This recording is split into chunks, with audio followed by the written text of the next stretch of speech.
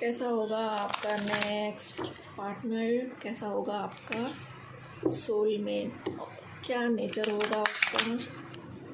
Let's check कैसा होगा आपका सोलमेट।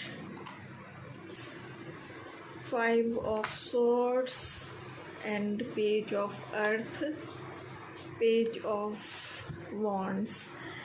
ये पर्सन ऐसा इंसान होगा जिसने लाइफ की बहुत सारे स्ट्रगल देखे होंगे और इस वजह से ये एक काइंड पर्सन होगा। इसने अपनी लाइफ में जो स्ट्रगल किए होंगे, जो तकलीफ़ें फेस की होंगी, उन्होंने इसको एक बहुत काइंड पर्सन बना दिया है।